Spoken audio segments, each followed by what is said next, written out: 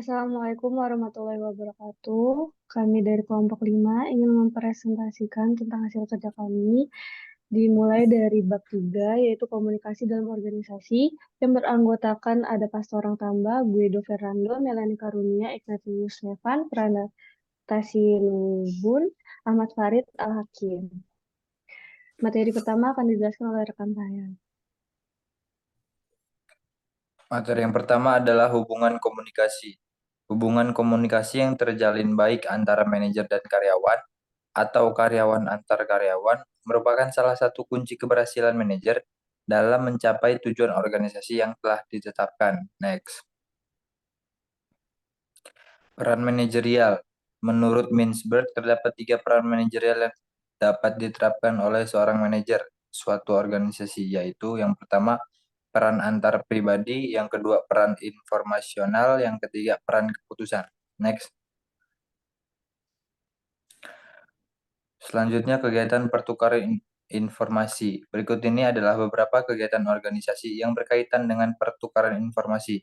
Menetapkan tujuan, membuat dan melaksanakan keputusan, mengatur prestasi kerja, merekrut dan mengembangkan staf, pelayanan pelanggan, negosiasi dengan pemasok, membuat produk, dan yang terakhir berinteraksi dengan peraturan yang ada. Next. Materi selanjutnya akan dibacakan oleh rekan saya. Pola komunikasi. Secara umum, pola komunikasi dapat dibedakan menjadi saluran komunikasi formal dan komunikasi informal. Yang formal ada komunikasi dari atas ke bawah, komunikasi dari bawah ke atas, komunikasi horizontal, komunikasi diagonal, dan yang terakhir keterbatasan komunikasi formal. Yang informal ada komunikasi informal cenderung saya ulangi. Komunikasi informal cenderung luas atau fleksibel dan tidak ketat dalam jaringan komunikasi informal. Orang yang ada dalam suatu organisasi tidak memberikan jenjang hierarki, pangkat, kedudukan atau jawaban untuk berkomunikasi secara luas. Selanjutnya akan dilanjutkan rekan saya. Selanjutnya ada cara pengolahan komunikasi. Yang pertama ada penanganan pesan-pesan rutin yang terdiri dari mengurangi jumlah pesan. Dalam hal ini, seorang manajer suatu organisasi perlu menentukan skala prioritas pesan. Selanjutnya ada instruksi yang jelas. Manajer mempunyai tanggung jawab khusus untuk membuat setiap orang dalam organisasi mengetahui apa yang harus dilakukan. Yang ketiga ada mendelegasi tanggung jawab. Dalam suatu organisasi, tujuan organisasi secara keseluruhan akan dapat tercapai bila manajer mempunyai kepercayaan bahwa orang lain dapat menyelesaikan pekerjaan yang dibebankan kepada mereka. Yang terakhir ada memberi pelatihan bagi petugas. Suatu organisasi dianjurkan untuk menyelenggarakan pelatihan keterampilan berkomunikasi bagi orang-orang yang pekerjaan atau tugasnya berhubungan erat dengan masalah komunikasi. Selanjutnya ada penanganan krisis komunikasi. Dalam situasi krisis komunikasi ada beberapa hal yang dapat dilakukan. Contohnya yang pertama, siapkan tim yang terampil atau cekatan dalam penanganan krisis. Yang kedua, usahakan agar manajemen puncak segera bertindak pada saat krisis terjadi. Yang ketiga, ciptakan sebuah pusat informasi sebagai representasi perusahaan yang dilengkapi dengan berbagai peralatan elektronik komunikasi. Yang keempat, menceritakan suatu kejadian secara menyeluruh, terbuka, dan jujur. Jika memang ada yang salah, segera mohon maaf. Yang terakhir adalah tunjukkan keseriusan perusahaan, bukan saja dalam pernyataan, tetapi juga dalam tindakan nyata. Materi selanjutnya akan dijelaskan oleh rekan saya. Baik, materi selanjutnya yaitu meningkatkan keterampilan komunikasi. Ada beberapa keterampilan khusus yang diperlukan dalam komunikasi bisnis, yaitu yang pertama ada membaca, kedua mendengarkan, ketiga membuat percakapan menarik, yang keempat melakukan wawancara, yang kelima berdiskusi dengan kelompok-kelompok kecil, yang keenam berpidato dan berpresentasi, dan yang ketujuh menulis surat, memo, dan laporan. Baik, saya kembalikan ke moderator. Sekian presentasi mengenai bab 3. Selanjutnya akan dilanjutkan dengan presentasi bab 4.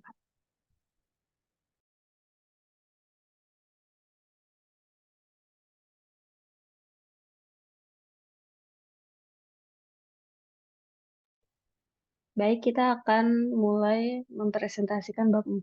Materi pertama akan dijelaskan oleh rekan saya.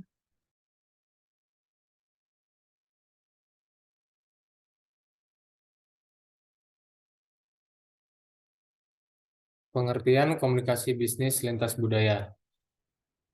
Penting bagi pelaku bisnis untuk memahami budaya di berbagai daerah, wilayah, atau negara dalam komunikasi bisnis lintas budaya. Ini mencakup komunikasi verbal dan nonverbal yang memperhatikan faktor budaya.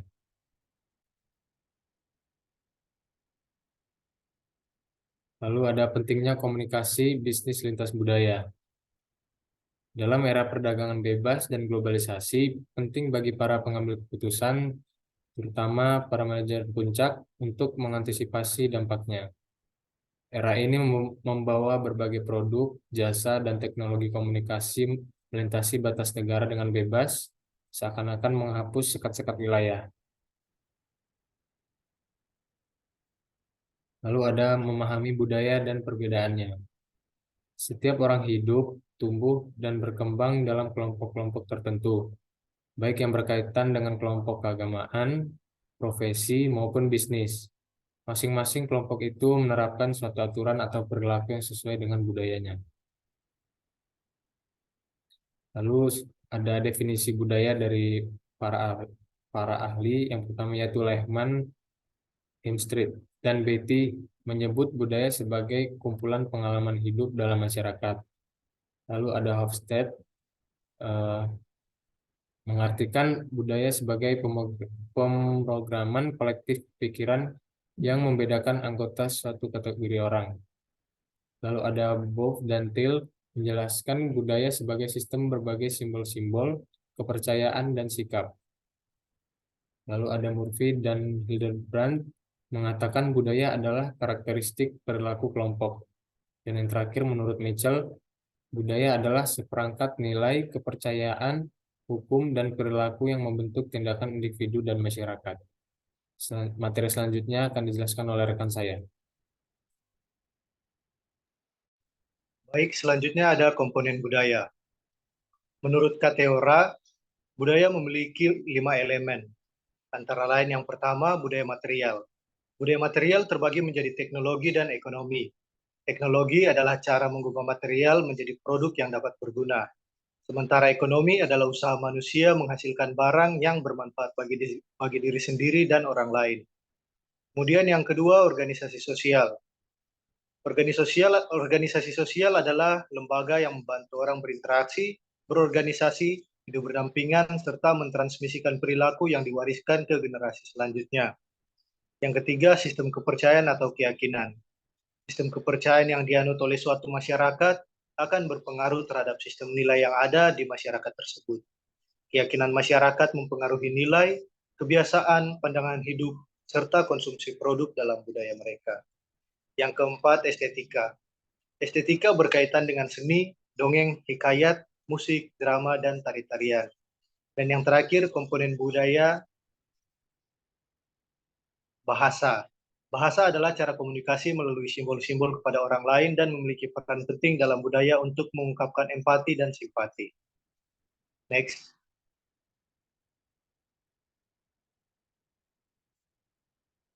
Kemudian ada tingkatan budaya.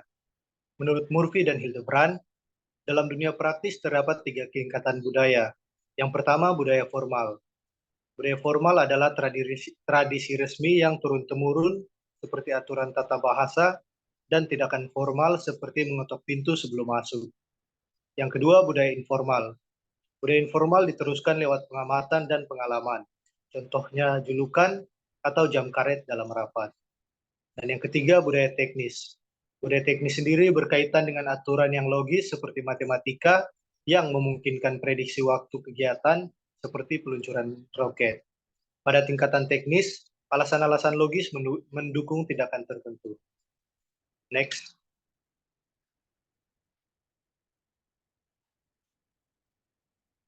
Kemudian ada mengenal perbedaan budaya. Orang berinteraksi dengan beragam latar belakang budaya, bahasa, dan ciri-ciri lainnya. Perbedaan ini mempengaruhi bagaimana pesan disampaikan dan diterima.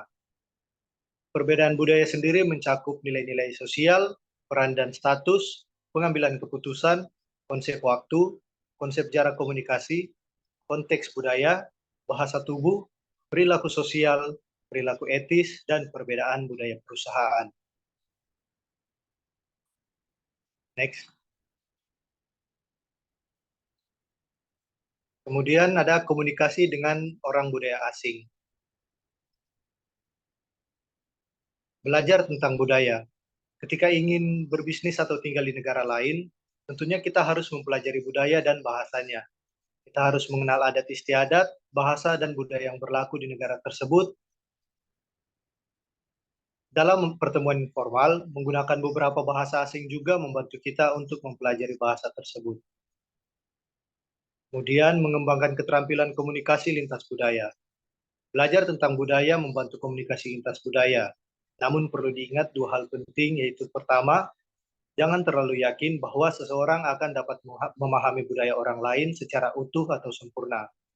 Dan yang kedua, jangan mudah terbawa kepada pola generalisasi terhadap perilaku seseorang dari budaya yang berbeda. Dan yang terakhir, negosiasi lintas budaya. Berinteraksi dengan budaya berbeda saat membeli, menjual perusahaan, atau menyewa kantor membantu menguji keterampilan komunikasi.